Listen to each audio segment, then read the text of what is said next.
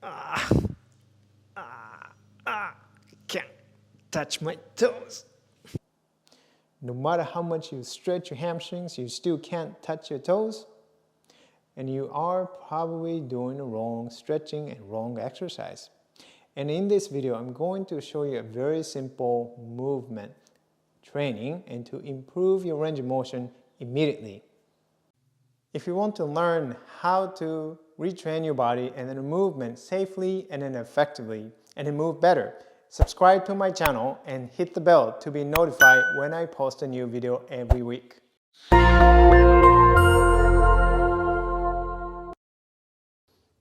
I am Taro Iwamoto. I am a Feldenkrais practitioner. With my backgrounds in athletic training, physical therapy, martial arts, and the Feldenkrais method, I have helped many people like you overcome and then move beyond the pain and the limitations. Now it's your turn, and let's dive in. You're going to need a step stool or low coffee table for this exercise. And before we begin this very simple exercise, why don't you go ahead and check your range of motion. First, you're going to reach your hands down slowly, and then wherever it is, and just to notice and take a note in how far you reach. And that's a reference movement, and then we'll do the quick exercise, and then you check it again, and you can see how much of the difference this exercise makes. So place the stool or coffee table right here, and then I'm going to stand right behind with the feet shoulder width apart and knees bent, and place the palms on the stool or the table and have your knees bent enough so you don't have to feel a lot of stretch in the back of your legs and your hamstrings. If you feel a lot of tension already, bend your knees a little bit more. All right, so from here, really easy movements. If you do yoga, or if you have done yoga, then you probably are familiar with this movement. It's a cat and cow like movements. You're going to round your spine towards the floor. By doing that, you're going to tuck the tail to round the spine and to arch the spine upward.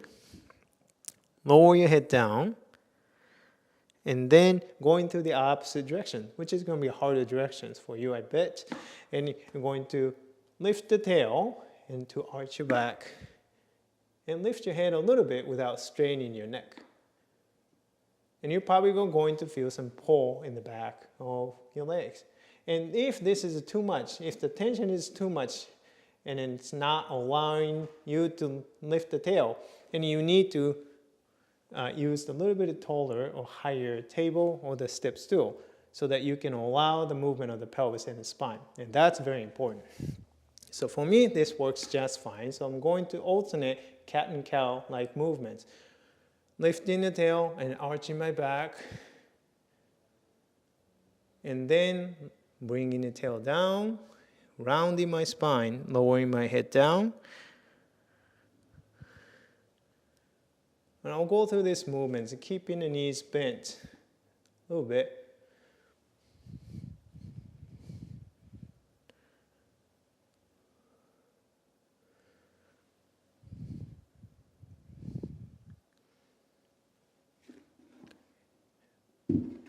Now, stand up and check the range of motion again. Reach your hands down towards the floor. Did it change? And if it did change, you may wonder, is that because you stretch your hamstrings? It's actually not. That's not the case. You don't really change the length of the hamstrings with that movement right away. But what you change is how you move and your movement patterns.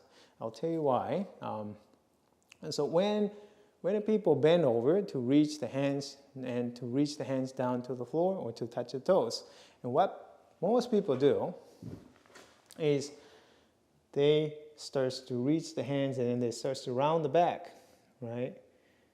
And to do that, as opposed to, they'll start to move the pelvis forward to reach the hands down, right? So this movement pattern is very, very inefficient when you reach your hands down to the floor. The reason why is because when you start to round your back and then you actually spine, can you see the spine is actually moving backward directions, right? As the pelvis is moving back and spine is rounding, I'm actually moving further away from the floor. Although I like to reach my hands down to the floor, by doing these movements, I'm actually moving away from the floor, which really doesn't make sense, right? If you want to move your hands, reach down towards the floor, and then the pelvis is going to actually move the forward. Pelvis is going to move towards the floor, which is going to move the spine and move your arms down to the floor. There. So these patterns of spine flexing with the reaching down, okay, while the hips are being and going to flex, is very common patterns when people struggle to reach the hands down to the floor.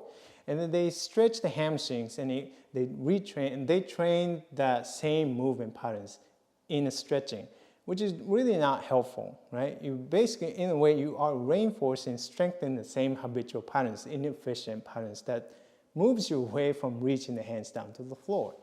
Because when you stretch your hamstrings, you see how most people do this, right?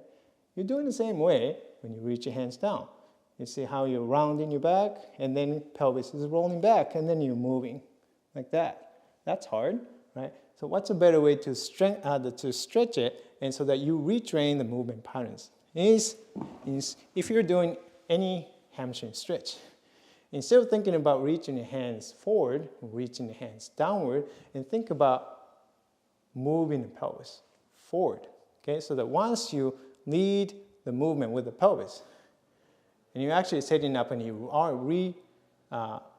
reorganizing the whole movement patterns. So you are moving the pelvis forward to reach your hands down, which is a completely different movement than rolling the pelvis backwards and rounding the spine and then reach your hands forward, which is a lot harder.